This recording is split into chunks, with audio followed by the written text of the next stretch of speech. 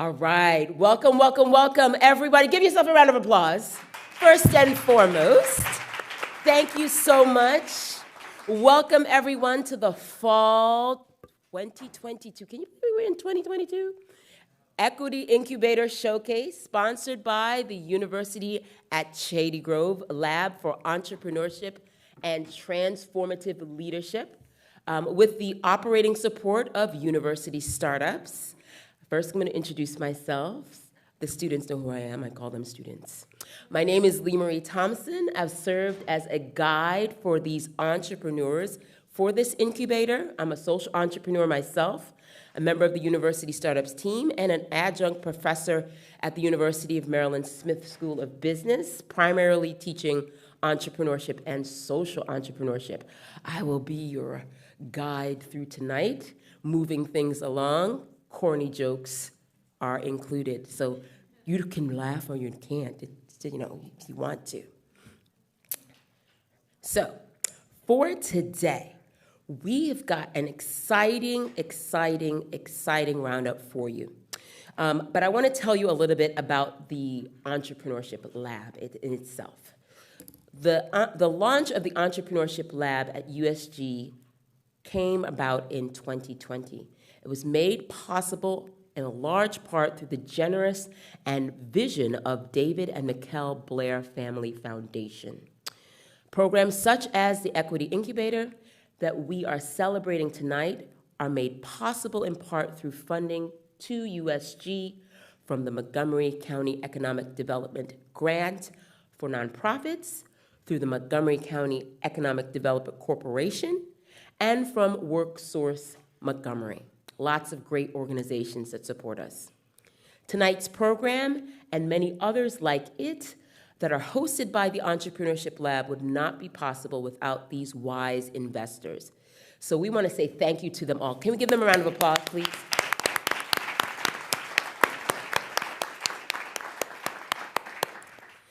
This second incubator, so this is the second time we've done this, the second incubator was created to provide opportunities specifically for women and minorities to grow and thrive in their entrepreneurship journeys. And it's a journey. The 8-week program, which culminates tonight, has become known as a Shark Tank-like competition. We're not as mean, okay? We're pretty kind. We like corny jokes. And the chance for the winning team to secure $10,000 award to help in launching and growing their businesses. That's a lot of funds for a budding business, right? So this year, we had 60 entrepreneurs in the local business community who were interested in launching or growing a new business. Out of these entrepreneurs, 30 teams were selected, and some of those teams are in the audience tonight. We love that you have showed up to support the finalists. Today, we have before you 5 finalists who are competing in this showcase and the chance to win $10,000 grand prize, advance their business. I keep talking about that $10,000 because, as old entrepreneurs, you had a moment of like, oh, wait, we didn't have that opportunity. So, over the past 2 months, the incubator participants took part in weekly seminars, completed assignments, and accepted a number of challenges to help them strengthen their businesses and concepts. I put them through the ringer, y'all. Each was grouped with a professional mentor who they also met with regularly, okay? So these are these are our cohorts. I want to make sure that everybody sees their name. Let's give them all lots of round of applause, okay? All right, we want to keep the energy moving. So teams had solidified business model, gained customers and partners, and developed a network of support to advance their businesses. All of these entrepreneurs have worked hard to get to this point, and we congratulate them, especially those that qualified for tonight's showcase by emerging as finalists from last week's rocket pitch competition. Now we've got some special guests To kick off the events, first, I want to make sure that we introduce tonight's judges, our esteemed panel of judges who've taken their time out to be with us today. First, we have Marla Beck. Marla is a serial entrepreneur, visionary brand builder, experienced chief executive officer, and investor focused on mission-driven consumer brands. As the founder and CEO, Ms. Beck is known for leading rapid and transformative growth, building enduring and authentic brands, digital innovation, and hiring and developing exceptional, diverse executive teams. Ms. Beck has a significant track record of delivering value to private equity, venture capital, and public company shareholders. She is the co-founder and former CEO of Blue Mercury, a high-growth, disruptive, omni-channel beauty retailer founded in 1999 and acquired by Macy's in 2015. Ms. Beck led Blue Mercury as CEO of a division of Macy's from 2015 to 2021.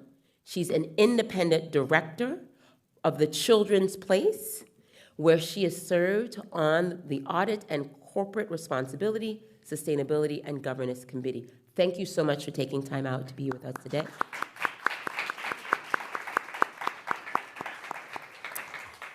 I'd like to introduce, following Ms. Beck, Greg Merrill.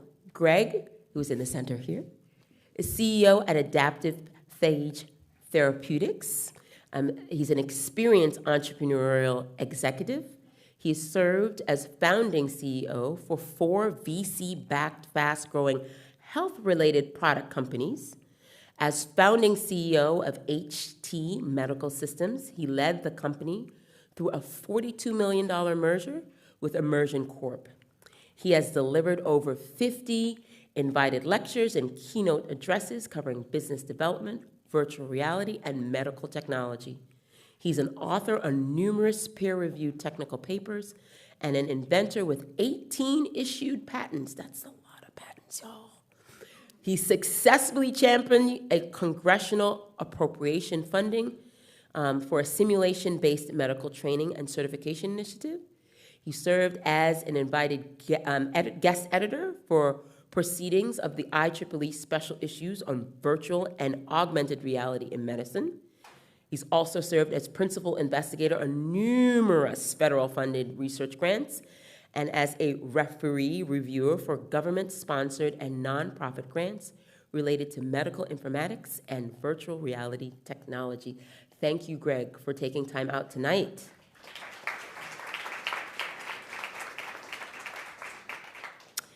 And last but not least, we have Mr. Anthony Featherstone. Mr. Featherstone is an executive director of WorkSource Montgomery. Prior to this role, Mr. Featherstone served as the director of workforce operations at KRA Corporation in Columbia, Maryland, a national provider of employment and training for workforce development boards and human services agency. In addition to his 9 years at KRA, he's held leadership roles with the South Carolina Department of Employment and Workforce and a DC-based nonprofit specializing in community-based services. Mr. Featherstone also served at the District of Columbia Department of Employment Services. Mr. Featherstone's leadership is playing a major role in Montgomery County as we work to recover from this pandemic. Thank you, Mr. Featherstone, for being here tonight, and all of our judges.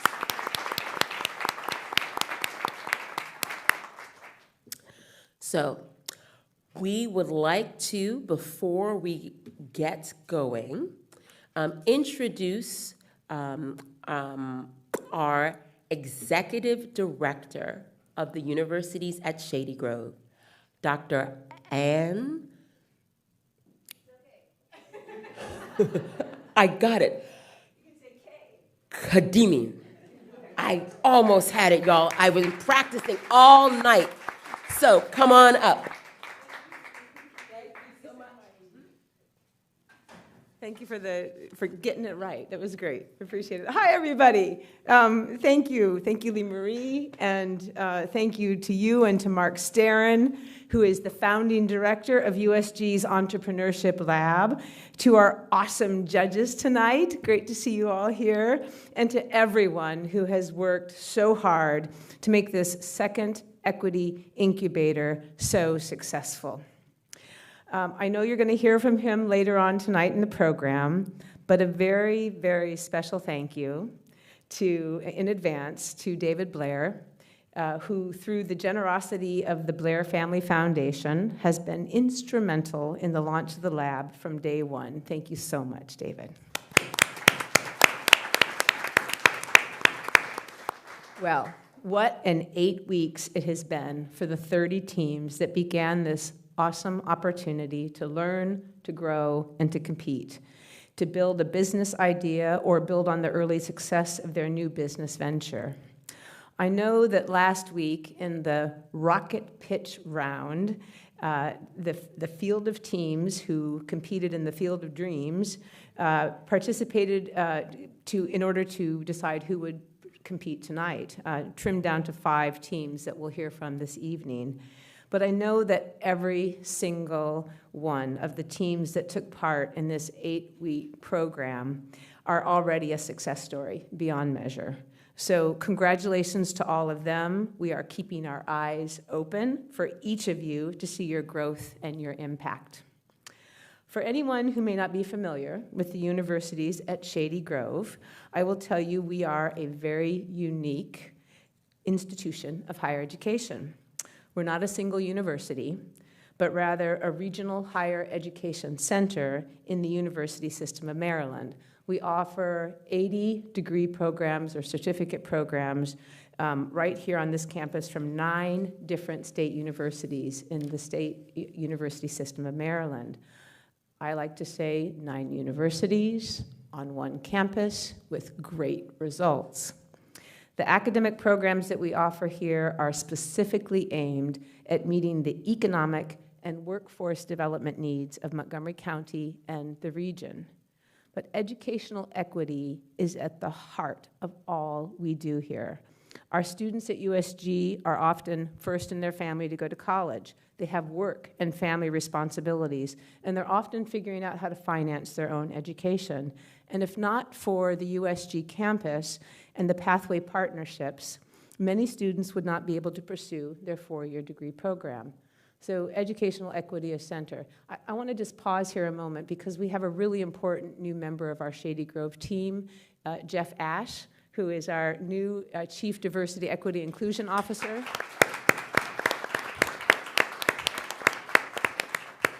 Jeff joins us from the University of Maryland, Baltimore, where he was an Associate Dean for Diversity and Inclusion in the School of Nursing. So we're very fortunate to have him here to help us continue to build a more inclusive USG, a more supportive USG, and to serve all of our students, our staff, our faculty here on this campus. So welcome, Jeff. One of the most special qualities of USG is that because we bring together multiple universities and programs to one shared campus, we really have the opportunity to be innovative. We have the opportunity to collaborate across institutions and to go beyond serving just our campus and student population, reaching into the greater community as we do with the Equity Incubator. The great thing about the Equity Incubator is that it is geared towards helping women and minorities who are underrepresented in the entrepreneurial ecosystem so that they can create, build, and scale their business ideas and ventures. It's about social justice and community wealth building. Another important emphasis of our USG 2.0 strategic plan. Both of these premises are foundational to the work of our county executive, Mark Elrich, who was inaugurated this week for his second 4-year term after having served previously as a county council member and Tacoma Park City Council member. His busy schedule today kept him from being able to share his remarks in person, but he did send the following video greeting. So let's all take some time to listen to some welcoming comments from County Executive Elrich. And again, thank you all for being here, and good luck, everybody. Go get them. Can't wait.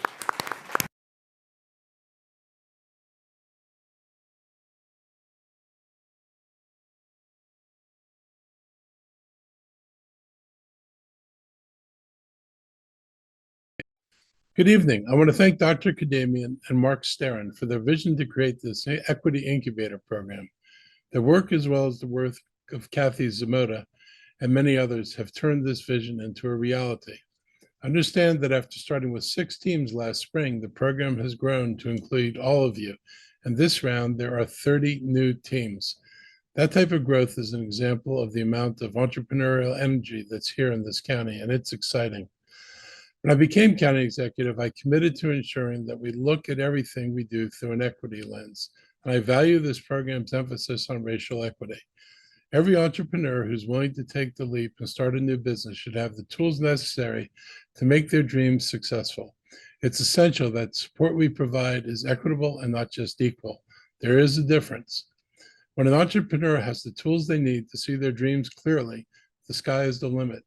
And I see you all have a lot of dreams, from mental health and wellness to cooking and food and beverage, from nanotech to training, photography, marketing, and more.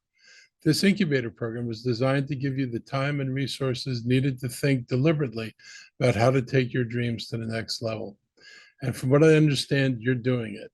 I had the opportunity to meet some of you, and I look forward to meeting more of you as you grow your businesses in the county. Most of you know that Montgomery County is Maryland's largest and most diverse county. But did you know that while we proudly talk a lot about our business, biotech innovators, hospitality, and other corporate leaders, most of our businesses in the county are small businesses. That's why I've expanded our business center team and our focus on small businesses throughout the county government. We're overhauling our business center website so it's easier to find resources like funding and space and business licenses information and how to do business with the county, how to find programs like this Equity Incubator and other resources that are offered at USG. As you take the lessons you've learned from your customer discovery and put them into practice, we want you to make sure the county government gets out of the way. Call us if you think we can help or support you, and let us know what we can do better. The success of your business benefits all of us. The growth of your business will add to the many innovative companies and new ideas that are happening all over Montgomery County. And the growth will enable you to employ others who hopefully will build their lives and families here. That is why it's so important and why we're excited for you. I want to wish you all good luck with your pitches tonight.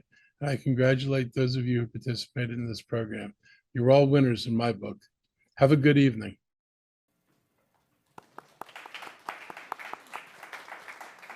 Wonderful, wonderful words.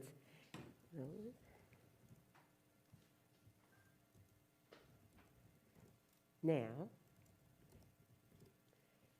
you get to an age where you forget your password. So that was what's happening. But it is my pleasure to announce our 5 finalists for tonight. We're going to begin our presentations, our 5 finalists, and this is the order that they will run through. Commerce Schools, Coho, Nano Biofab, Trippy Tacos, and Wise Cities. These are our presenters for today. Now, I know some of them are a little nervous, so take a deep breath. It's going to be okay. Remember, you've prepared for this. You are ready. You're prepared. And, we're going to let the conversation keep going, right? The conversation keep going. So, first up is Commerce Schools.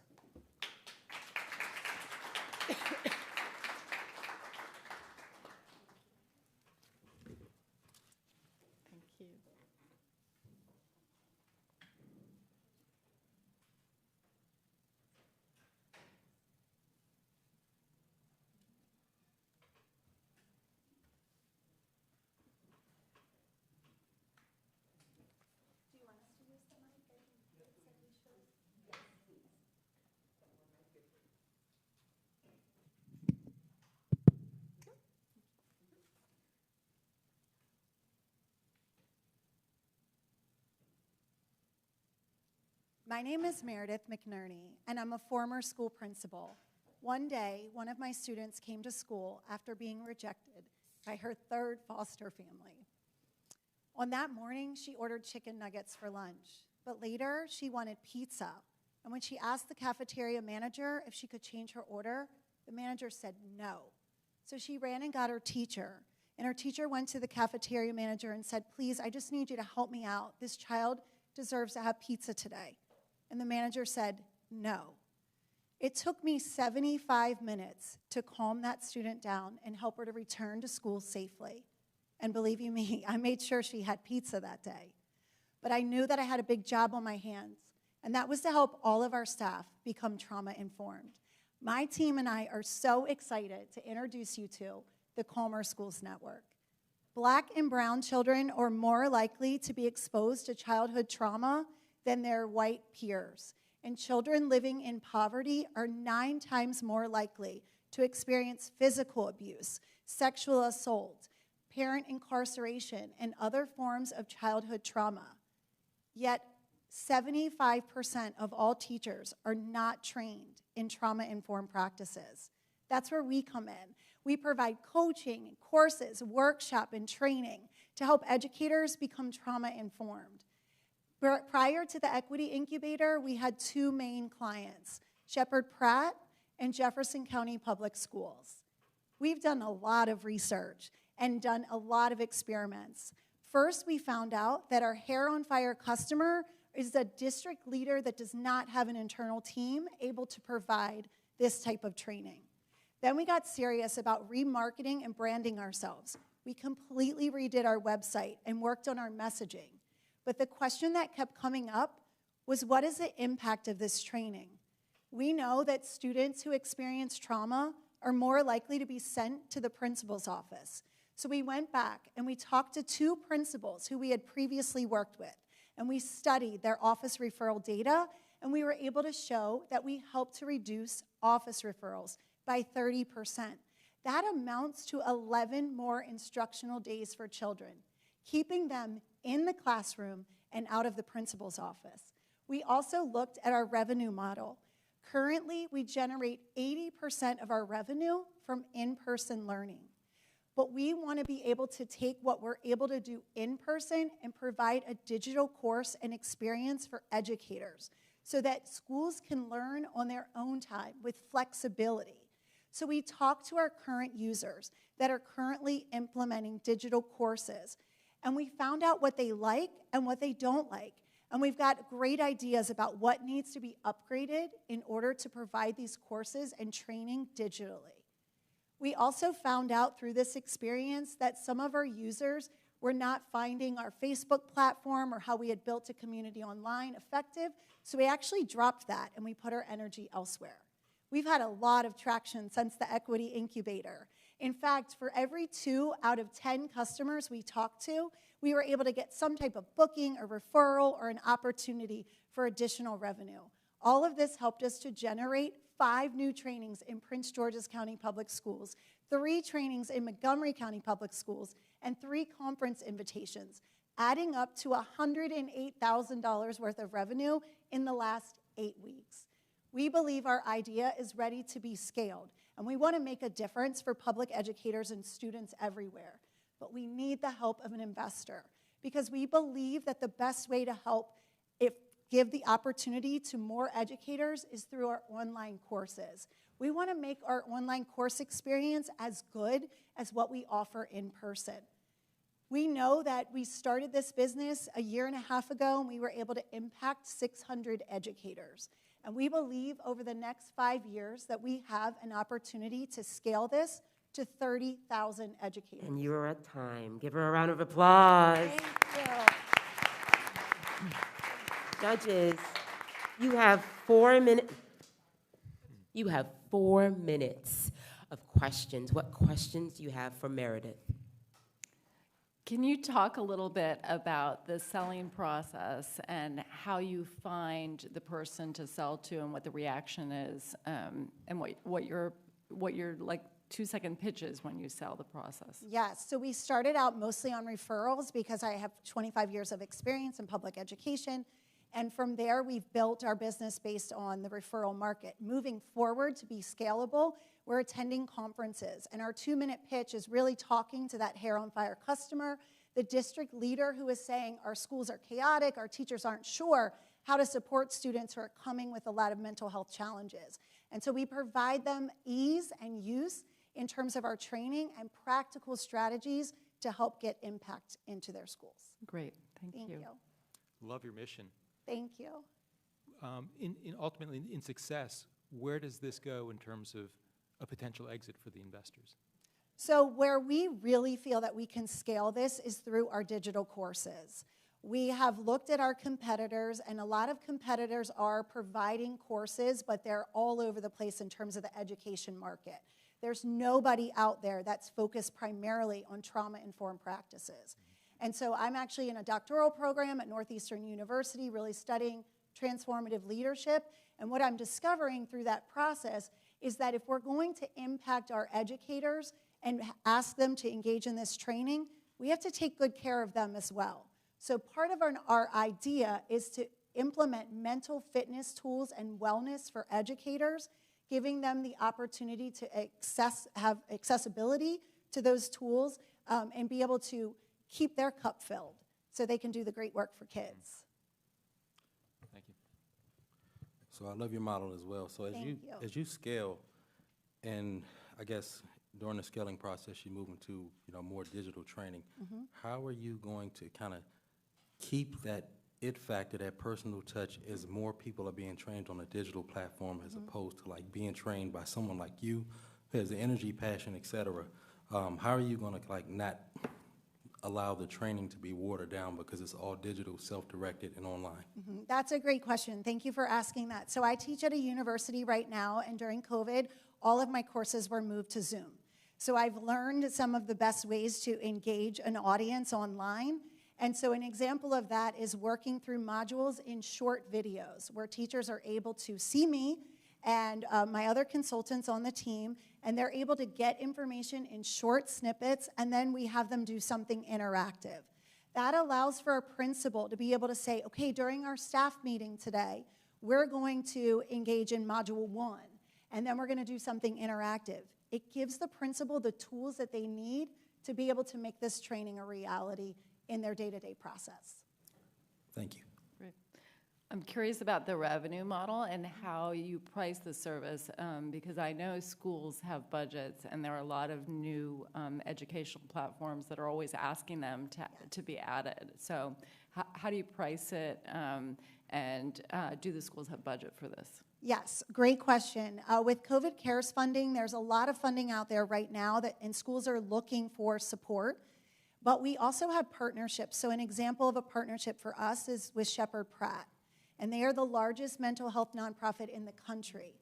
Currently, they hire us to go in and provide this type of training. We're a tier 1 solution, being able to support all educators. Then they go in and they're providing therapeutic support to the students who need it. So we're a nice match. So in that way, they're helping to get our foot in the door. But when we talk directly to superintendents or district leaders, they have a professional development budget. So we price by module.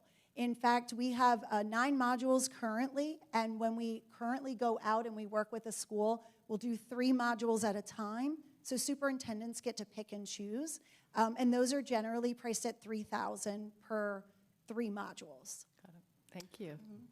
As you gain traction, what stops others from stepping in and So we've looked at our customer base or our competitors, and we know that most of our competitors are in multiple spaces. For us, we really feel the difference is going to be to focus on educator wellness as well. And a lot of people aren't doing that. They're coming in with programs for educators to say this is what you need to do to help with COVID recovery or learning loss, but they're not thinking about the educator wellness. And that's why I went back to school, and I'm working on that from the doctoral standpoint. But I think overall what separates us is combining helping students and educators with their wellness at the same time. Wonderful. Thank you, Meredith and Commerce Schools. Coming up next, Coho.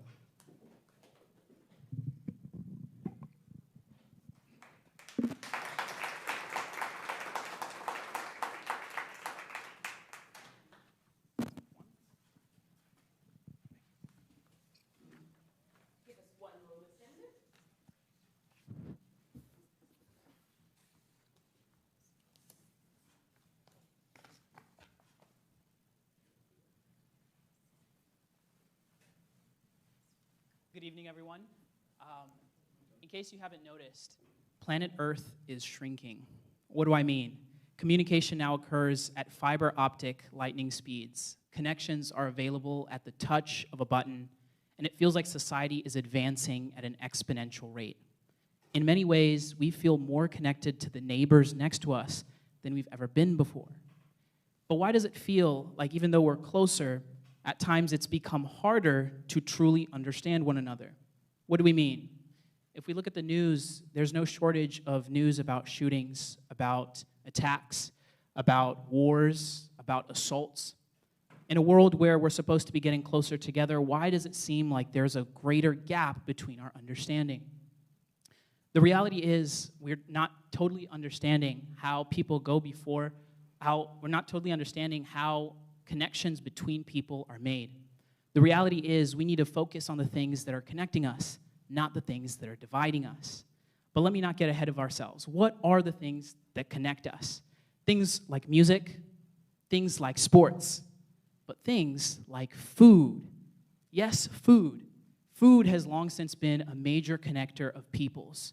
From the dawn of human history, we have bonded over food, and people from different cultures have been able to greater understand one another based off of the foods that they eat. But let me not get ahead of ourselves. I haven't even introduced us yet. Hello, judges. My name is Mark. I'm joined here by my co-founders, Tunde and Shone on the stage, and Diamond and Edward in the crowd, and we are Coho. Individually, we're just a group of people who are good-looking young professionals, but together, we represent the master chefs behind Coho, a revolutionary new app to introduce people to the world of cooking. So over the last 8 weeks through the Equity Incubator, we have spent most of our time conducting conversations, talking to people from all backgrounds, all ethnicities, and all ages to ask them one question: when was the last time you cooked something new? From these conversations that we've had, we've come up with some wonderful insights. Shone, can you share for us? Sure. So the first thing we learned was that there's a general lack of awareness of what these meals are and where they come from. The second thing we learned was that there's a general fear that if we do make these meals, the inexperience of making them will lead to a very bad meal. The third thing is, if I do make something that I don't know what culture is from, am I going to mess up and end up with something that doesn't fit my palate? Well, Coho provides that answer. Coho is a platform that provides ethnic recipes from thousands of different cultures. Cultures like African culture, Caribbean culture, Middle Eastern culture, and Asian culture, with a list that we plan to expand on. Furthermore, for those who are scared of messing up in the kitchen because they're making something they're not used to, we provide in-person, live, and pre-recorded video classes that will guide you through the cooking process.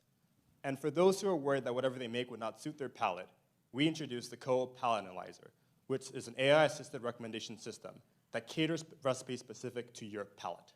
So, who's Coho for? Coho is for those who are tired of making the same thing every day and are looking for a challenge to make something new and interesting. Coho is for those who are looking to educate and learn about different cultures while learning about the meals that they're associated with. And Coho is for people who are looking for a community of foodies and cooks who want to join a community to cook very interesting and delicious ethnic cuisines. Now, over to Tunde. Thank you, Sean. The Coho app is using a freemium business model where users can get personalized recipe recommendations, join Coho communities, and tune into live cooking sessions, all for free. Additionally, for $2 a month, users can join small, live instructional cooking sessions with top Coho chefs and have unlimited access to the recordings. A top chef is one that has earned high reputation through ratings from users during the regular live cooking sessions. A top chef can earn additional tips from the live sessions where Coho gets a 20% of. Users can also pay for Coho Boosts, which they can increase their exposure and chances of becoming a top Coho chef. In the interim, Coho will also make money through advertisements from local restaurants that provide the cuisines and recipes shown on the app. We're entering a $438 million recipe app market and expect to capture about 0.1% of that in our first year. Through the incubator, we gathered nearly 1,000 recipes, surveyed over 50 people in our target demographic, and we're now ready to launch version 2.0 of our MVP. Right now, we're mainly a recipe app, but as our user base grows through affiliate marketing, the more accurate our recommendations will be. Further, more users means more user-created content, which brings us into the $104 billion creator economy. The reality is, in today's world, we're more educated in culture than we've ever been. but we're not necessarily as tolerant as we've ever been. If you want to be a part of this vision, we're going to work together to essentially teach people how to come together through food. If you're ready to join us, we will see you in the kitchen. Thank you. Thank you, Coho. Thank you so much. Judges, we have 4 minutes of questions. You want to go first? Yeah, so this is interesting, and I'm one of those people that cook the same thing a lot and search for new recipes, and it gives me gray hair, so I can appreciate the product. Talk to me about your competition. I'm sure there are some similar products in the market, and like, what sets you apart from your potential competitors? Yeah, that's a good question. Thank you for asking. So we have a lot of competitors. We have Yumly, we have All Recipes, we have YouTube, TikTok. But what separates us apart is that we're focusing on ethnic recipes and the people behind those recipes. So we're making sure that culture is highlighted and that the people who create the content are getting paid for the content that they actually create. Cool idea. The graphics look great on your slide. Where are you, though, in terms of your implementation? Is there an app, and have you gotten any traction with getting it out there? Yes, sir. So we've launched version 1.0 last year, which we developed outside of our network, but then now we're focusing in-house on development through us. And because of that, we have gotten about 1,000 users so far. However, we're now trying to launch version 2.0, in which we get the feedback that we got from users and get the insights that we've gotten through this incubator and apply it to this new version. I love your presentation. It made me hungry. Quick question. One of the challenges with the platform model, which you have, is getting critical mass on both sides. Can you talk about how you plan to market to both the recipe creators or video creators, and then on the other side, the users? Yeah, I can actually talk about that. So the reality is that there is multiple audiences that we're trying to bring this app forward to. They're the people who are creating the content that is going to be consumed on this app, right? And in a way, that's what David was touching on earlier about how as we grow, as we get more users, as the content starts to grow on the platform, we start to enter into that creator economy market.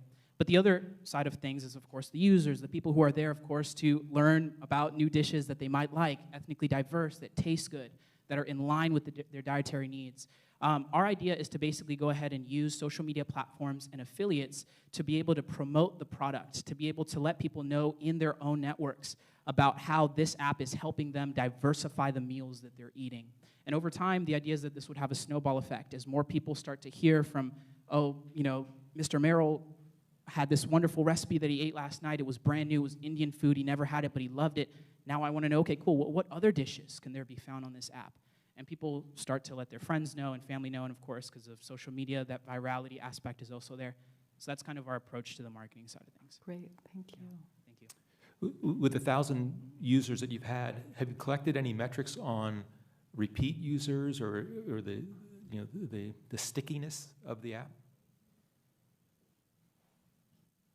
Yeah, I can speak to that actually. So we've gotten some traction, and but the daily active users that we've gotten before were a little low. So through this incubator, we hope to take the information that we've learned from them, which is why aren't you using the app, constantly, and then build towards that. So one thing that we decided to focus on was the ethnic recipes, which wasn't an emphasis before, because we decided that we learned that many people want to try things outside of their own cultures. So we believe that's going to be what gets people to stay on the app and not just use it at one time.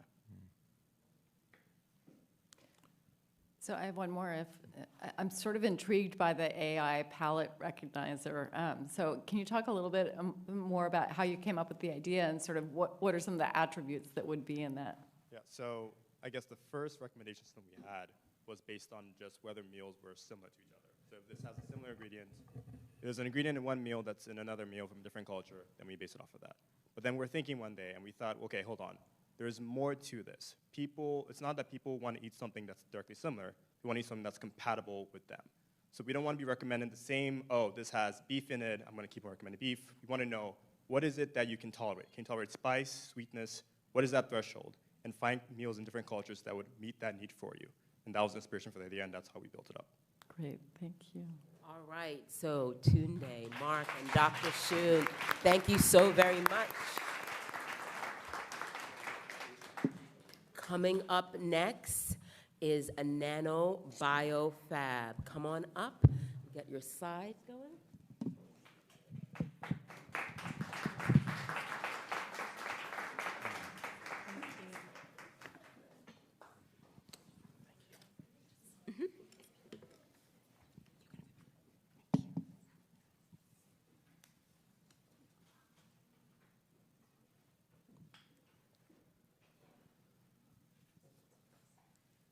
Hi, everyone. Very delighted to be here. I'm Dr. Xiaonao Liu, founder of Nano Biofab. We created a wearable device for quick, easy, and early diagnosis of wound infection. Let me tell you a little story about my friend, Miss Wu. She had a minor surgery last year, but after surgery, she had fever and went to the emergency room. So the doctors wait 48 hours for identifying which kinds of bacteria was causing her infection. Because of surgical site infection, she was sent to hospital multiple times and took long-term antibiotics. So this cost her thousands of dollars and months of recovery time. And she wants a device to prevent and early diagnosis of wound infection. My friend's issue is not uncommon, unfortunately. Every year, 8.2 million patients diagnosed wound infection with $96.8 billion Medicare cost. So, nanobiofab provides a breakthrough solution, rapid iNose. After the injury, rapid iNose can be incorporated into the wound dressing system. And the nano sensor array in the device is like a smoke detector. It can smell the gases emanated from pathogens in the wound surface. And then we use AI algorithms to identify the pathogens and provide alarms for the healthcare providers and users. So rapid iNose is unique because it integrates the patented, high-sensitive, and compact nanosensor array with artificial intelligence algorithms. It can real-time continuously monitor and predict 7 different bacteria with 97% accuracy. So we can achieve not only the accuracy of gold standard culture testing methods, but earlier and more convenient for the end user in the hospital, in the battlefield, and at home. So we conducted discovery calls with patients and physicians through the USG program. The total available market for the chronic wound patients and post-surgical patients is about $20 billion. We also found that among all the patients who has diabetes medical condition has a high risk of developing a bacterial infection in the wound. So this group patient will be our early adopter. The initial market is $4 billion. After we validate this market, we will scale up our patient group, such as cancer patients. So through this USG program, we also built the initial relationships with top 2 medical device players in the wound care market and the military research agency contractors and telemedicine companies. So we had $1.6 million DoD contract in hand. So if we award 10K USD funding support, we will complete the market validation with the top 15 medical device companies in the wound care market. This stellar and diverse team makes rapid iNose happen today. We have 8 PhD experts in our team. We are domain in the material science, sensors, AI, and clinics. And another successful serious entrepreneurs, advisors in our management team to ensure rapid iNose success in business. So we did the market validation through USG program. We have $2 million DoD contract and technical investment. So we have 5 patents to granted, and we have functional prototype. We will generate revenue within 24 months. So I want to appreciate USG program give me this opportunity to do the customer discovery. I'm a material scientist, so it's so hard to transfer from research to the business. So I really appreciate this program, and I want to thank you all the professors and the mentors and the advisors and our classmates through the USG program, and thank you Maryland Biotech ecosystem to accelerating nanobiofab growth and to become a leading player in global wearable nanosensor and AI diagnostic industry. Thank you. Thank you, Dr. Liu. Judges, you will have 4 minutes. So what is your go-to-market plan? Going market plan is, so we will co-development with the medical device companies, and it's a B2B2C, using their distribution channel to send to the end user. This is go-to-market strategy. For the product strategy, and we will launch 2 kinds of products. One is a monitor. It's just like an alarm, give an alarm and alert. And that will pass the FDA Class 1.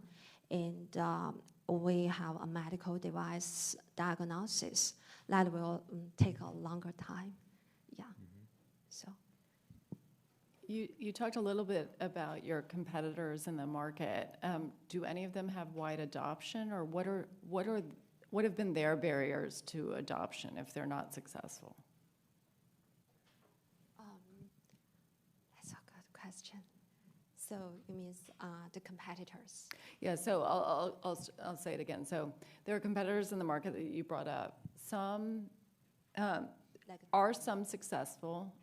And if not, what were the barriers for them to get adoption? Does that make sense to you? Yeah.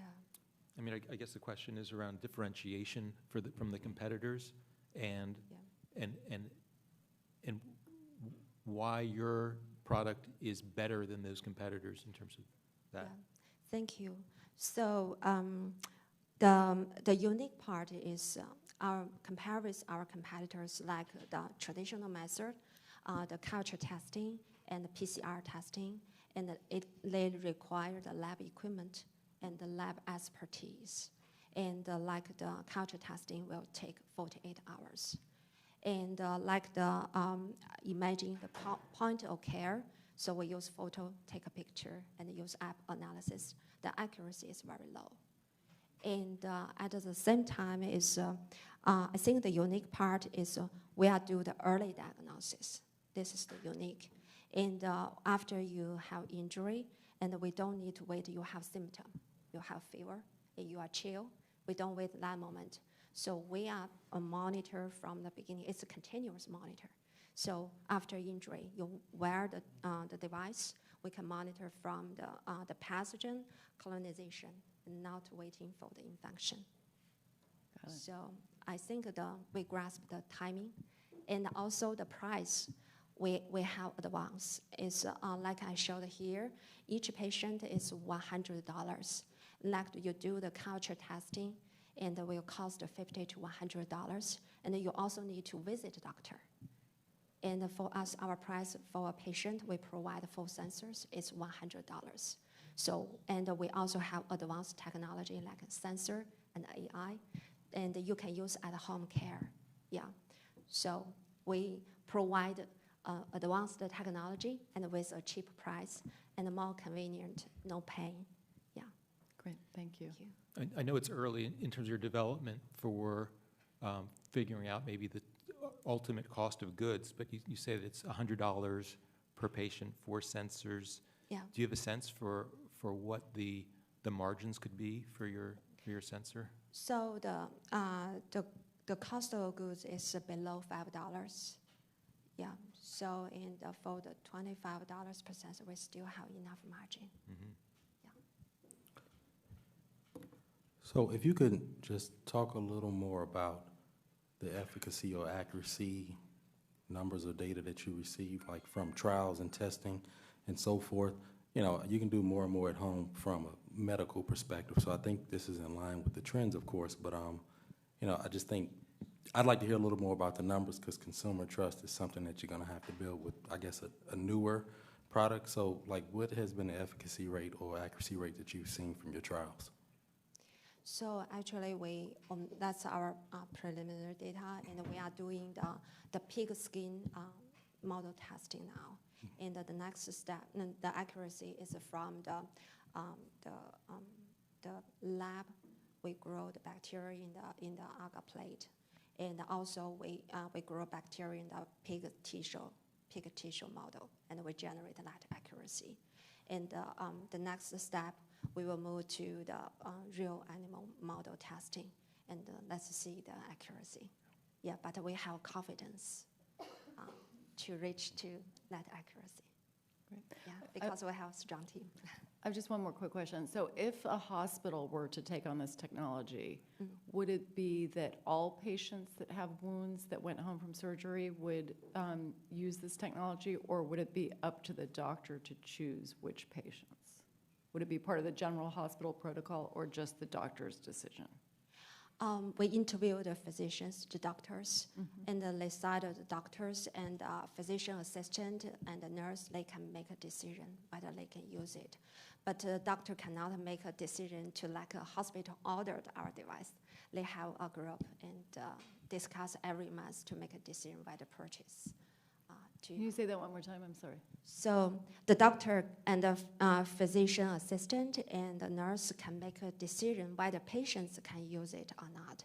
But they cannot make a decision whether hospital can purchase this device or not. Got it. So the hospital has to decide. Yeah, the hospital has their group team to make a decision every week, well, every month.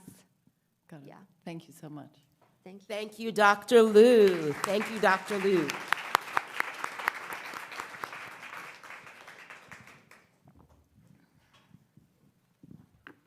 Coming up next is Trippy Tacos. Come on down, Trippy Tacos.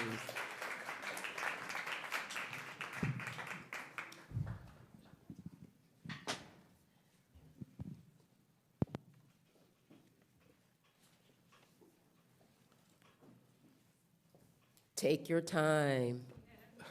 Take your time. I am not a medical person, but we do have a doctor in the house. Where's our doctor? Where's our physician?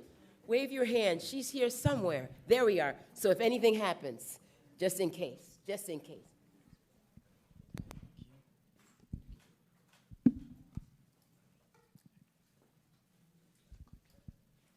Hold on just 1 second. Let's just wait till your dad get down. Watch the... All right. My mother was a nurse, so I'm like, I don't know anything still. My mother was a nurse, but I just wanted to share that. All right, Trippy Tacos. We'll have 5 minutes. Wait for Mr. Francisco. Okay, good evening, everyone. My name is Chris Robles, and I am the founder and CEO of Trippy Tacos. As a second-generation minority business owner born to Salvadorian parents who came to this country with only $100, I always knew that what I wanted to do was help others. Before pursuing Trippy Tacos, I worked for my family's catering company for 6 years. In 2018, I moved to Los Angeles, and I was struggling. It's very expensive over there, and so I was eating tacos because they're cheap. They were delicious, they were fresh, and they were everywhere.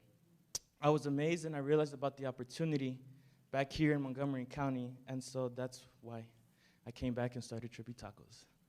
So this is our team. We have Alexis, Steven, and Freddie, and I am Chris. And so in July 8th, 2019 is when we first opened our food truck, and then 3 years later, July 8th, 2022, we opened our first brick and mortar located in Silver Spring, Maryland. Trippy Tacos is a fusion of culture. So it highlights my American upbringing. It reflects on my Salvadorian roots. It celebrates the unique flavors of my Latin American heritage while still honoring the origins of Mexican street food. Our core values, Trippy Tacos, consist of tacos. So definitely, when it comes to trust, we want to make sure that our employees, our suppliers, our vendors, and most importantly, our customers trust us. Authenticity for us is keeping true to our values and taking pride in the cultures that our cuisine come from. And so for community, you know, we try to participate in events and help our community. We do a lot for our community as well. Our organizations are very important to us. We value all of our stakeholders, and we hold a high integrity for them. And service, customer service is #1 priority, and we want to make sure that our customers are receiving this high quality customer service that they expect to receive. We do envision spreading and franchising throughout the U.S., and our mission is to be committed to a unique fusion of Latin American-inspired street foods while maintaining their authenticity that we source from local businesses and support the community development. So the biggest problem for us is, at least I'm as a native Texan and Chris being in California, we were trying to find authentic Latin cuisine at taquerias. Authentic to us means it's kind of the taste of home, having a home-cooked meal. We would go to these places, and the tortillas would just be stale, and it just was like, it wasn't fresh. It wasn't home-cooked. So you wouldn't eat a stale burger, right? So our solution was? So we have fresh corn tortillas. Our tacos, each taco is made from a fresh corn tortilla. We make it fresh on the spot. You don't have to wait longer because it's fresh, because it doesn't come from a bag. And so we offer these tortillas both at our store and our food truck as well. And the good thing about it, you can watch your waistline because you only need to eat one. Yep. We have unique features, which is our food truck, our tortillas, which I mentioned. We only have a nice thick one. And then a fusion of cultures, which is in our food. As you see, we have our fries, the nacho fries, which blend in the American and Latin cultures. And Belgium, because fries come from Belgium. Yeah, so our target audience is anyone who's looking for a high quality and affordable taco. So that can be anyone here, anyone, anywhere. And our target market, we have a diverse demographic, so anyone that can be considered low income or anyone that can be considered high income, everyone comes out and tries our food. And in regards to our competition, as the graph shows, we're comparing our chicken tacos. So these are in the area, so our prices are $2.99. Most of our competition are higher than that. So, yeah. Our strategic plan, we're definitely seeking investment to help grow and scale our business. We're investing in technologies, focusing on partnering with local meat suppliers, delivery services. We're increasing our sales by branching off into catering. Also franchising long-term product distribution, which is packaging our tacos and also hopefully getting our tortillas out in different stores. So our strategic partners, throughout the Equity Incubator, the 3 main ones that we were able to acquire and build upon is, first of all, WorkSource Montgomery, so where we can hire and continue hiring our employees. Cisco is a provider for us. Easy Cater is a new catering, as we're just launching catering as well. So when it comes to our growth and our sales throughout the Equity Incubator, compared to last year, we were able to raise our sales, and not only our sales, but our net income as well. Thank you, Trippy Tacos. We will take 4 minutes from our judges. So we're gonna, we brought some tacos. So we're gonna pass out tacos while we answer the questions. Second city. That's not a bribe, is it? That was actually my first question. Yeah, so, All right. yeah. Chris, are you ready for questions? Yeah, we're ready. All right. No, my question was. You already Yeah. Yeah. Yeah, can we get some tacos over here, please? Are we ready for the tacos? Okay, so come get the judges first. Yeah, so we have al pastor tacos, carnitas tacos, pork tacos, 2 different types of pork tacos, chicken tacos, veggie taco, vegan tacos. So if you need I need a certain veggie. type of taco, just let us Yeah. know. Thank you. So really excited. I'm actually from California, and I always complain about the food here still. So the Latino food. I'm curious about your vision for the business. You talked about the franchise model. Would you franchise trucks? Would you do locations? And then can you give us a comparison of the economics of both? So how does the truck do and the profit of the truck versus the brick and mortar? Correct. So the reason why we got our brick and mortar was because we realized how difficult it is to operate just a truck. You have to be renting kitchen space. Space is always limited with just a food truck. So definitely looking to scale. I think we're currently looking to grow and expand into Frederick County with a brick and mortar first, and then hopefully followed by another food truck for that county, because we would take the food truck to that. When we first started, it was mainly Frederick County and Montgomery County where the truck was operating. So first we would be expanding nearby, and, around the DMV as well, but ideally we want to expand around the East Coast. I mean, I think we have a very unique product here. Our tacos are fresh, they're authentic, so. So tacos delicious. Thank you. So, in your presentation, you talked about the problem being freshness. Clearly, really fresh taco. But from a business standpoint, you showed that your costs are lower than your competitors. Why would you price low? Why wouldn't you price more than your competitors? It looks like your competitors are also fast food. So usually you talk about things being either fast or high quality or low cost. You can only have two of those three things. So you're fast, and your quality seems to be better than that was your position, is that you're providing fresh, but your price is really low. Why not price it above your competitors? Yeah, I mean, I completely agree with that. We can definitely take that approach in pricing to compete with our competitors or go higher as well, because we do have a better product. But we're going based off of, well, first of all, in our local area, so we have a whole bunch of different levels of income. So we want to be accessible to all people. And ideally, the way we also see it is more volume will reduce the cost in general, and we can just produce more, give more, do more. Just to kind of add to that, like he was talking about, one of our big things is community development. There's a lot of youth in that area that don't have meals. Maybe they have only meal at school. So we want to open our shop to those children that come in, start a service for them to get food. Like, we don't want to be out here just people paying high price for a taco when we know that we can make it up with the sales. And just one more thing to point out too.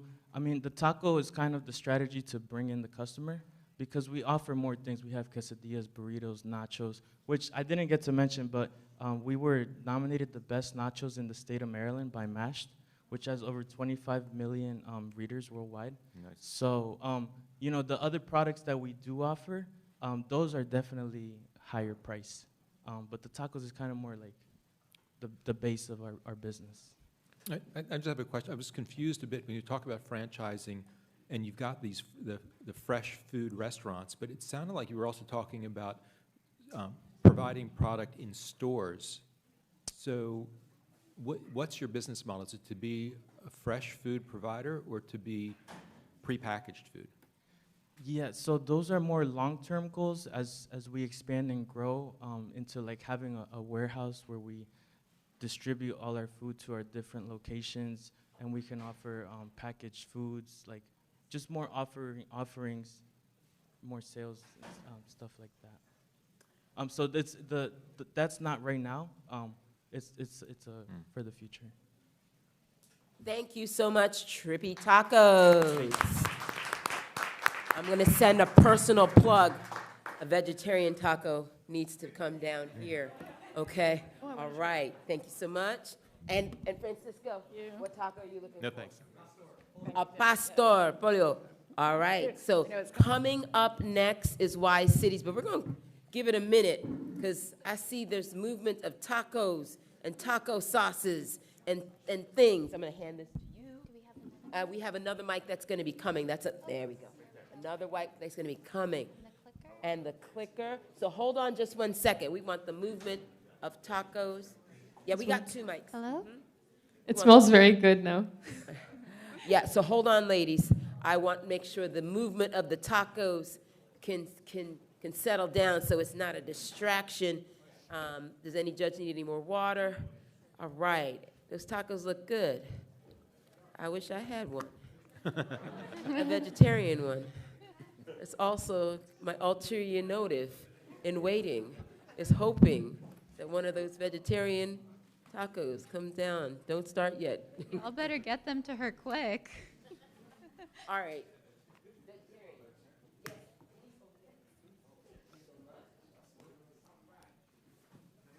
Are they good? Awesome. So hold on, ladies. All right. Do we have our movement? Is everybody full with their tacos? Are we in good shape? Because not full. That's okay. You can at the end. We feed you at the beginning and we feed you at the end. Don't worry. There's more food after this. Okay. All right. So last but not least,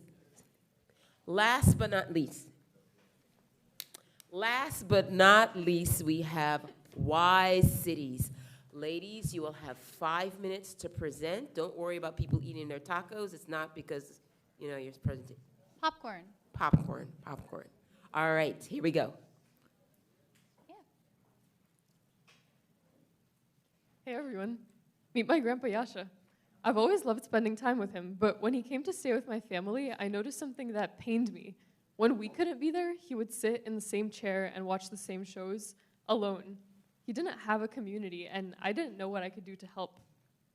Think about a relative that you've seen becoming isolated or inactive over time.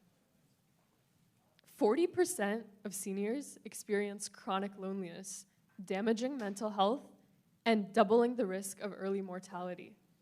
My grandpa doesn't have an easy solution in reach, but we're changing that. We're Wise Cities, a woman-founded business connecting seniors to their communities. Our goal is to make cities not just smarter, but wiser for their aging populations. We do age tech right. Seniors can use technology, they're just stuck with tools that are not made for them. We spent the past year researching what works for seniors as members of a digital world and have made a tool that is. Our solution is an intuitive web platform that connects seniors to community information and resources in a way that is easy for them and scalable for us. My grandpa can find a local science discussion group and the accessible transportation to get him there. And the best part is we provide this across the devices that seniors use most and completely free for them. So you might be wondering, who pays? Well, we pursue a multi-sided business model. This free solution that families can recommend to their older adults and older relatives is funded by businesses who pay for market access to this hard-to-reach population and governments who pay to have their public services featured on our platform. City partnerships aren't just a theoretical concept. The city of Fairfax paid us for a pilot, opening up relationships with key government departments and incorporating us into their senior network. Fairfax highlighted our impacts on the family, community, and municipal levels. When it comes to our business clients, we pursue a direct-to-consumer distribution model. Our revenue model is subscription-based with tiers based on the desired geographic reach and feature set of our customers. Our total market size in Fairfax County alone is estimated at over $20 million. And we've validated all of this through extensive research. During this incubator alone, we've engaged nearly 100 individuals across all of our stakeholder groups in our research. And our traction has increased as well. We've developed relationships with 33 potential customers, and every business we've interviewed wants to be on our beta. We've won the Audience Choice Award at an expo with 200 invited attendees and been invited to 2 conferences, one of which, an Age Tech one, happened yesterday, where industry leaders confirmed that a solution is needed and we are pursuing the right approach.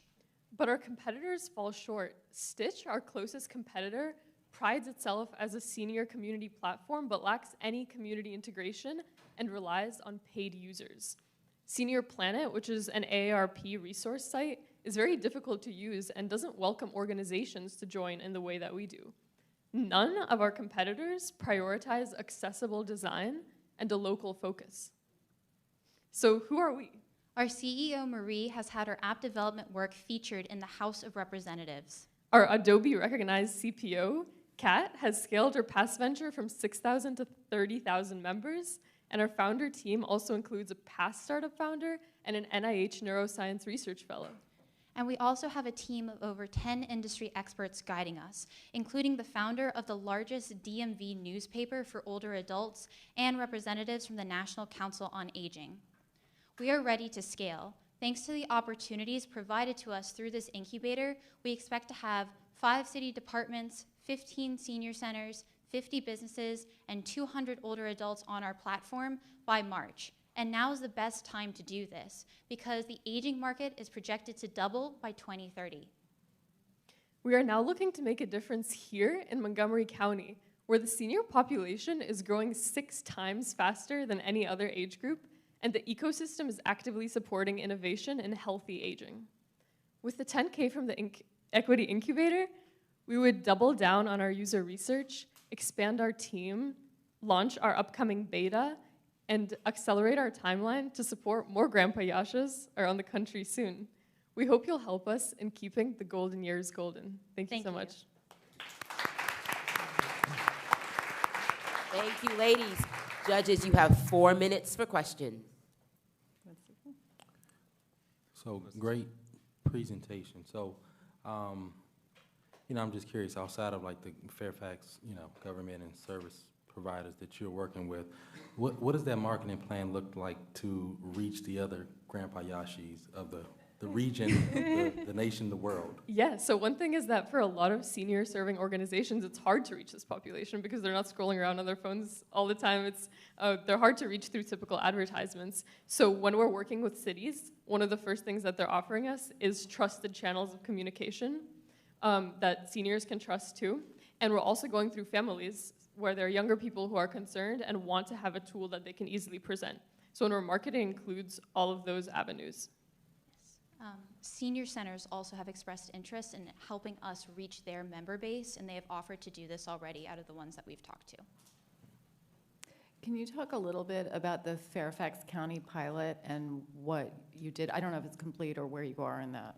Yeah, so it's complete, and they've said that they're looking forward to supporting us going forward in any ways that we need. So that was with the City of Fairfax Economic Development Office. So they saw this as an opportunity to grow their local business ecosystem by reaching a new population and support their quickly growing senior population where they know that they're facing challenges and they're not sure how to address them. So that pilot was very important for us to collaborate with their health department that has a commission on aging, for example, and the recreation department that has opportunities, but they're kind of missing the link between the opportunities and the seniors who want to use them. So that was the main aim of the pilot, to integrate us into the community so that when we launch, we have all those avenues already set up. So maybe I'm confused, but you've got these relationships with municipalities, and then you've got the subscription business model. Are you using that subscription business model in conjunction with your relationships with these cities and other municipalities? So they are not dependent on one another. Yeah, they're not dependent on one another, and we do pursue both because there are 2 kind of tangential avenues to revenue. The city government one takes longer to initiate, but is more solid and stable over time, whereas the business one, it will be a lot faster to get that traction as we've already experienced so far, but that's more subject to sort of influences in the market in terms of their budgets and stuff like that. So 2 revenue models are supposed to complement each other and contribute to like the overall revenue scheme. So the users that you're acquiring through the relationships with Fairfax or other, they're not paying? No, seniors and their families do not pay a thing. So is the subscription fee paid by the businesses? So the city has like a year-long contract with us. We're paid one time for the contract. And that can be like a continuing contract that's renewed. But then the business one is a monthly subscription. And that's open-ended, so as many people as you can sign up, they're going to pay for that many people? Is that? So the city just pays for us to integrate their existing city resources. So if they have some city resources that exist, which is very true, then we just help them get on the platform so that people can access those and be aware of them. So like their public transportation services, they pay us to host them on our app. And so that gets to this audience that doesn't really use them because they don't know where they are or if they exist and such like that. Can you So talk? Sorry. Go. So how do we protect our senior users on this app? Is there controlled Oh, yeah. Yeah. flow into the app? You know, there are trolls out there, there are scammers out there, there are bad people. Of that we wanna- course. And this is the primary question that we're asked by senior centers before they let us into their ecosystem because, you know, data protection is very important for this group. So the way that we do that is we are looking forward to and planning ways that we can develop the proper security features on our app to protect when we do move into private accounts. But to start, before we get to that point and have the resources to do that, this platform will be public, so we will not be collecting any information. There is a report feature that seniors, very easy to follow. We walk them through the process. If they do encounter an organization or a group that they feel like is questionable, they can report it to us and we will do personal research. But the way that businesses and government groups get into the app is, like I said, direct to consumers. So we talk to them first, and we essentially like verify they are who they say they are before they even get accepted into our app. Thank you. Thank you. Thank you. All right. Are you sure? I had one question about your competitors. How big are they? What are they doing? Are they venture-backed? Stitch has been around for a long time, and it has tiers, like paid tiers that users pay for, but they don't integrate into the community, which is one of the big things that we're trying to do. We're trying to help people access resources easily. They're just kind of a way for people to form groups. And then Senior Planet actually very recently launched their community platform, and it is so hard to use. And we interviewed businesses actually about their experience using it because we want to understand if they've tried it. And they've had a lot of obstacles in using it to any advantage to gain users because of how the platform is set up. Great, thank you. Thank you so much.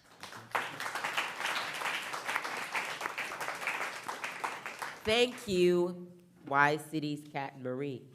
Thank you so much. Excuse me. Let's give them a round of applause.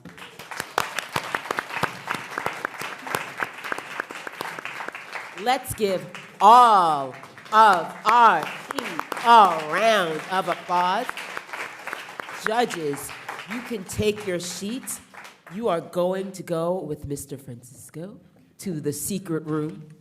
So please make sure you take your tally sheets. We're going to go up. We're going to go up, up, up. While our judges are going up, I want to say congratulations to all 5 finalists. Commerce Schools, Coho, Nano Biofab, Trippy Tacos, and Wise Cities. Thank you for, yes. Thank you for all of your hard work. I put them through the ringer. Yes. You take one of my classes, you're going to come out being an entrepreneur, okay? We know what an effort it is to get up here in front of everyone and share your ventures with us. So as the judges deliberate and go off into this private room, we'd like to recognize the people that helped you. So all of those amazing entrepreneur mentors, if you are in the room, I would like to invite you up front. So where are our mentors? Any of our mentors in the audience? Come on down, mentors. Come on down, mentors. Yes. Oh, you representing everyone? She's representing everyone. So we would like to thank you for taking your time, your expertise to help shape all of our entrepreneurs. Those are our mentors who are here, mentors who are watching, mentors who are in absentia, because without them getting mentored by our mentors, they wouldn't be able to get to this point, right? Because they're taking the session and like going through and like, you know, it's like churning. It's like that meat, you just keep going. So we'd like to recognize the amazing mentors and all of their time. So we got a little parting gift, right? We got a little gift for you. All right. A round of applause. A round of applause. Thank you so much. I do appreciate it. Yes. You short hands.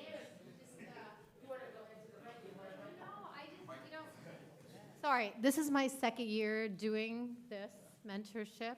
I do strategic advisory for a lot of entrepreneurs in this area.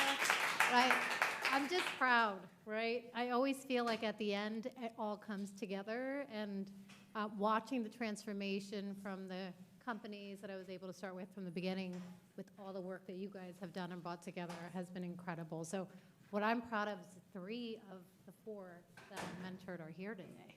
So every group was amazing. I'm just so proud. So thank you. Thank you for the opportunity. So I just want to make sure, because Seema, thank you very much. I didn't say your name. I was like, oh wait, I got to go off. I kind of go off the script, and I shouldn't. I should keep to the script. So the mentors were Mark Sterin, Michael Pretty, Tremaine Davis, Seema Alexander, Tiffany Jose, and Nima Farsi. So thank you again, mentors, for all your work. If you would like to be a mentor in the spring, let me know. So I want to take some time out while they're deliberating to inform you about some of our upcoming events. I know I have a slide. Oh, yes, there we go. Pictures. I know, right? Yes. I should use my slides. Yes, all of our mentors. So those are our mentors. So I want to take some time to let you know about some upcoming events. Tomorrow, Friday, December 9th, from 10 a.m. to 2 p.m., we are having our Age Tech Hackathon. The Asian care industry is one of the fastest growing in the United States. From an interdisciplinary collaboration to envision and create an exhibit of technologies that support older people in their homes, this hackathon is welcoming all of you that would like to come and collaborate on new ideas together to solve some of these challenges. It's open to all academic programs. No experience is required, no teams, just your innovative minds. And the top prize is $5,000. Look at that. Look at that. Wonderful. Also, we have our Spring Equity Incubator. We already have folks that have started applying for this. Our Spring Equity Incubator will start up next spring. The stipend is $2,000 per team, and you will be competing. For those of you who are in the audience that know of Venture, the program duration is February 1st to April 15th. So if you know of any Montgomery County-based or Maryland-based entrepreneurs that want me to kick them in the butt when it comes to their models and their market and all of the pieces and elements that make sure that you are properly prepared to go to market and scale, please make sure to encourage them to come. Now, I want to make sure that we give an opportunity to call upon someone you've heard me mention before at the very beginning, but who has played such a larger-than-life role helping to make the Entrepreneurship Lab here at USG possible. David Blair is the founder and chairman at the Council for Advocacy and Policy Solutions and the former CEO and chairman of Accountable Health Solutions, a major healthcare services company. He's a lifelong Montgomery County resident, a top proven business leader, and a firm believer in the importance of entrepreneurship and in programs that lead to real change and opportunity, such as this Equity Incubator. David, please come and join us to share a few words.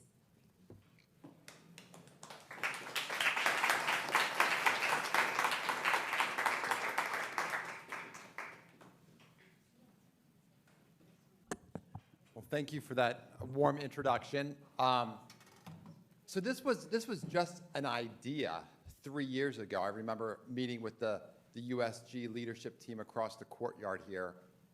And when we met 3 years ago, we envisioned events like today. But it was just an idea. And oftentimes you'll hear me say things like, ideas are a dime a dozen. It's all about execution. And the team at the universities at Shady Grove have executed at an outstanding level. And I am so proud to be affiliated with this university system and this program. So thank you for everyone for the work that you're doing, and your corny jokes too, kept to a minimum. But why, right? Why entrepreneurship? There's so many reasons, but probably the number one thing that comes up for me, jobs. Jobs. And you see, virtually all net new jobs come from small businesses and startups. Let me say that again. Virtually all net new jobs come from small businesses and startups. And this is personally important to me as someone who's in between jobs right now.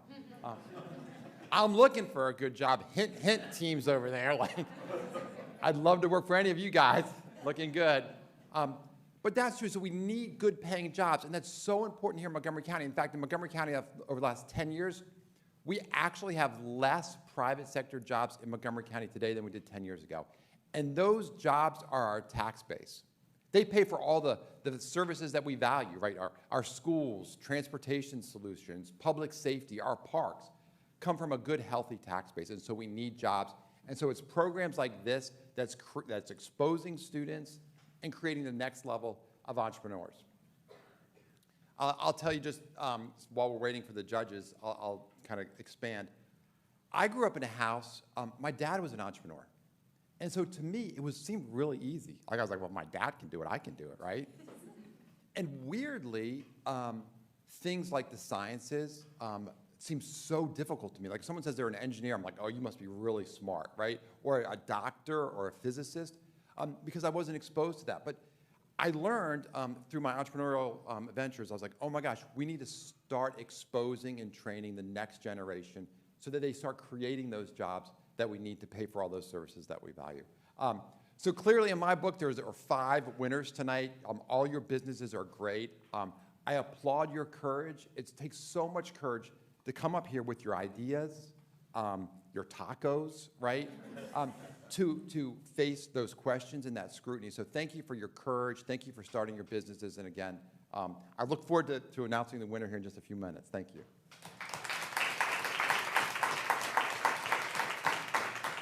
As a recovering engineer, I appreciate that. All of the recovering engineers appreciate that. This is a time where I get to tell corny jokes because we're waiting.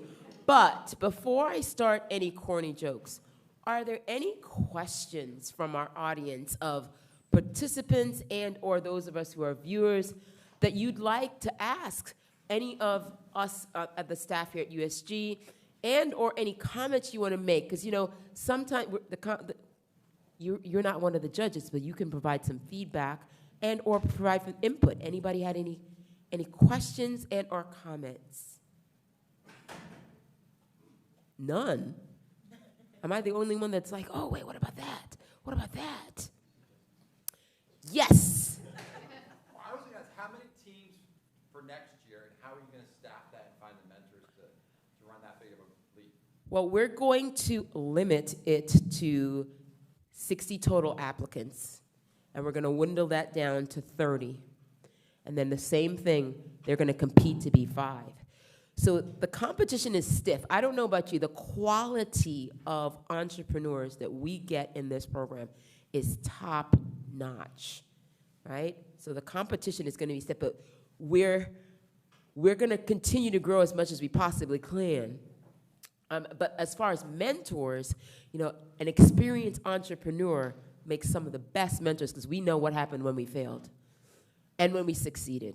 So if you are interested, you're welcome to touch base with me afterwards, and I'm happy to discuss with you what it takes to be a mentor, and or if you need somebody to talk to, a potential entrepreneur that may be on the fence, because some of our 5 and some of our participants here had a little bit of trepidation, right? Because it's like, okay, I've been doing this for now, but now you want me to take it to the next level, which means I got to get out in front of people. I got to talk to them about my idea, right? Right? I got to get a little nervous. Yep. Great. Next to you, is there a question? And then I think one behind. Yes? Yes, you. You, looking back. Yeah. I just had a question about what the mentorship program looks like. Weekly. So our mentors, we meet with our, oh, are there more? That's so sweet. It's like Japan and the World Cup, just cleaning up after ourselves. So the mentors typically over the 8 weeks meet with each entrepreneurial team weekly, right? And walk through the process of, all right, so this week, customer discovery. What are you doing with your customer discovery? I don't like it, so change it. That's me. I'm happy to tell our entrepreneurs, like, sometimes you need to pivot, and don't be afraid to make a change. And we heard tonight, some entrepreneurs, they were going down one path, and we forced them, go and talk to as many people as possible, and you have to make a shift, a quick shift, to really kind of get the direction moving. Great question. And Seema can speak to being an entrepreneur also if you want to get a little bit of insight. Any other questions? Comments? Nobody wants to shout out their mom? Yes, Chris. Where are the tacos located, Chris? Chris, where are the tacos located? We're on Georgia Avenue, Silver Spring, Maryland. Georgia Avenue, Silver Spring, Maryland. Do you have the address for me? I'll shout it out so the folks at home.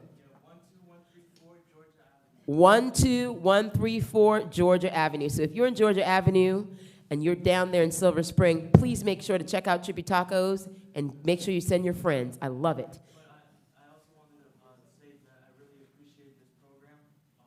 It was a great program for me and my business. The mentorship from SEMA and the whole program in general. So I want to say thank you. All right, wonderful. Thank you so much for those kind words. Yes. Come on. Let me. Okay. Here we go. Because I'm already getting in trouble. So I just want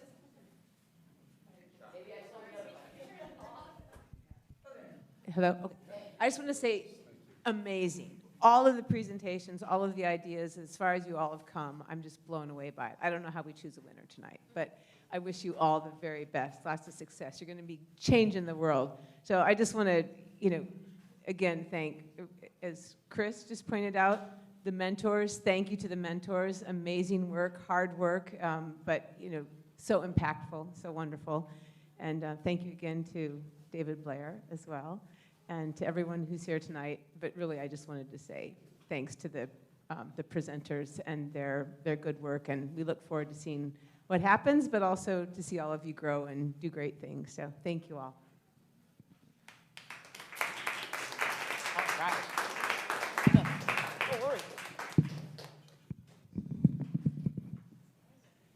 Yes, Kat. And we all thank Lee Marie for doing an amazing job. Aww. Aww.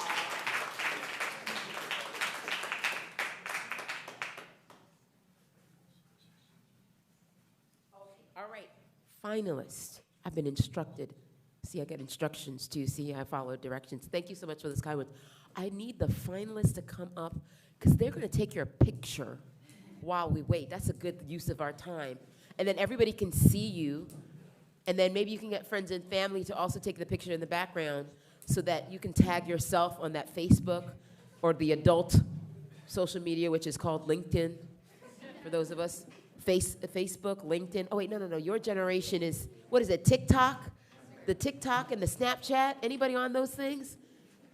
Those of us that are born in the 70s, we have no idea what those things are. Yes, take your pictures. Oh, I need one.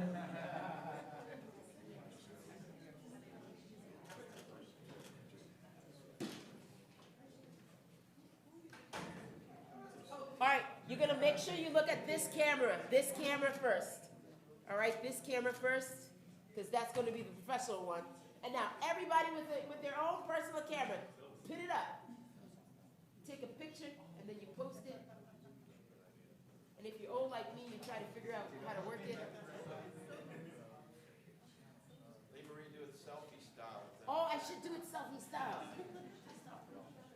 If I could get my, wait, I gotta get everybody. Oh, wait, okay. I don't know if I got it. All right, now I gotta get this selfie style. Tag yourself. Thank you so very much. All right. Nice job. Did we get a professional shot yet? No. No, we don't have to. Are you finished? No, wait, don't go. No. I see him pointing. You need more? Get together like you like each other. Pretend like you like each other. You need to come on over. Come on over. Come on over. Come on over. Come on over. He's directing you. Yeah, I got to deal with the microphones. Someone's got a microphone in their face. Don't break anything. I'm not trying to get in trouble. Enjoy the moment. I'll take a picture. There you go. Thank you. Tag yourself. Thank you. All right, we good? Go ahead and have a seat. Thank you so very much. Oh, they're taking their own selfie. Okay. They're taking their own. Look, everybody.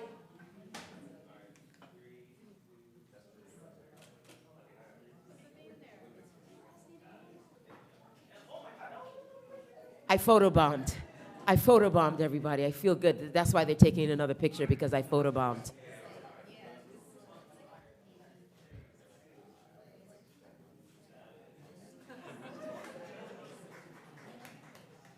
Does anybody do that? Am I the only one when I see people taking group photos? Like, you just decide that you're going to pop in, and then they go home and they're like, who is this random person? It makes for entertainment. And then you hope that they don't follow you. All right. Any other questions? I know for some of us professors, it's the end of the semester, and we haven't graded anything yet. We got finals. Am I the only one? Anybody teaching any classes? Just me? Some of my students are also in here. Aww. I knew there was a mother-daughter moment that we were missing. All right, we're waiting a few more minutes. Feel free to chat with your neighbor. I love it.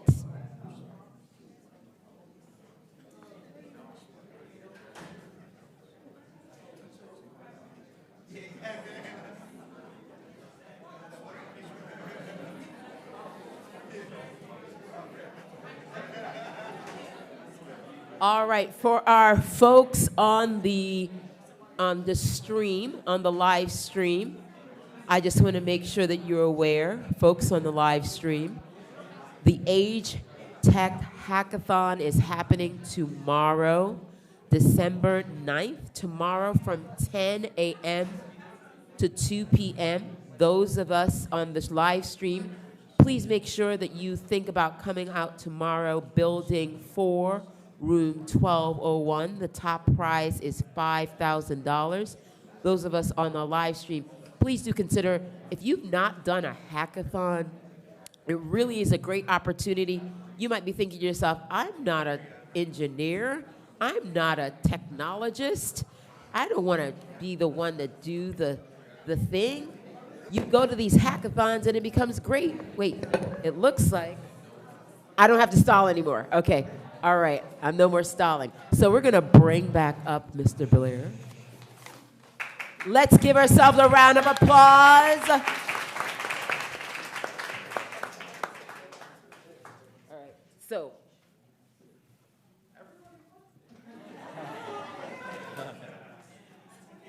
All right, so in this incubator, there's only one winner. So for all of our participants, again, thank you for your hard work. Remember, the journey does not stop here, right? We talked about this in the sessions. The journey does not stop here. This is just one milestone in the journey. You keep moving You keep pushing, okay? So with that, can I get a drum roll? And I wasn't ready for the drum roll. No, I wanted to, so as I said earlier, you're all winners. And so I thank you for your courage in presenting, and no doubt you will all be successful. But this evening, there's only one winner of the $10,000 check, and that goes to Nano Bio.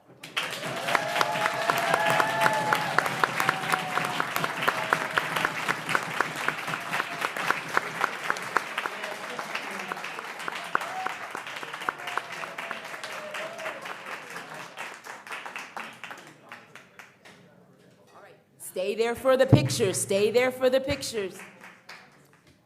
Yeah, maybe we could just say that it was really, everyone did a great job, and we loved everyone's missions, and it was very difficult for us to come up with one winner.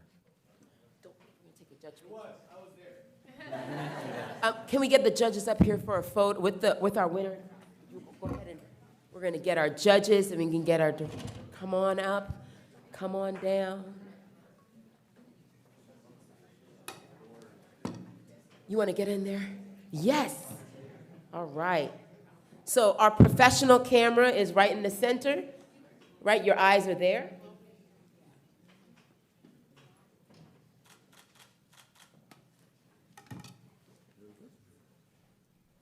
Gotcha. All right, like a wedding. Everybody else, you can take your pictures. Everybody else, like the wedding. Oh, wait. All right, judges, we're gonna, one more picture with everyone, sorry, finalists, all the finalists. All right, all the finalists, come on down. I know, we're picture happy because, you know, we haven't been out with, we haven't taken pictures like this in a long time. All the finalists, quickly. And our judges will be up front.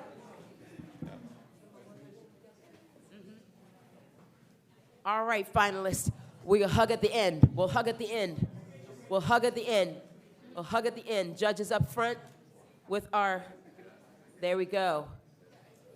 All right, our professional camera is waiting for everybody. Look at him. Right-hand side, right-hand side. Very good. That's why my picture is different from everybody else's picture.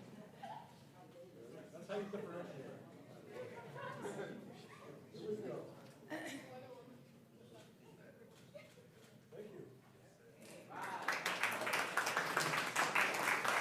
Thank you. All right. I got a spiel.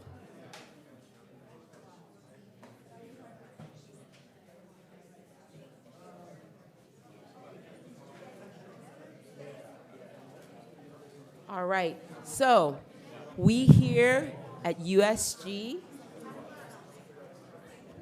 would like to congratulate all of our winners, our finalists. Thank you. Great job. Thank you, everyone.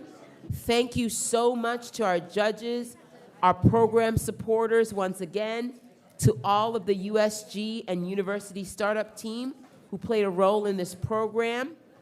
Thank you especially to the Incubator participants and to their family and friends. Let me give a shout out to family and friends. Oftentimes as entrepreneurs, we don't get to see our family and friends who are part of this journey. We hope that you enjoy this evening. Have a great rest of your evening. Thank you so very much.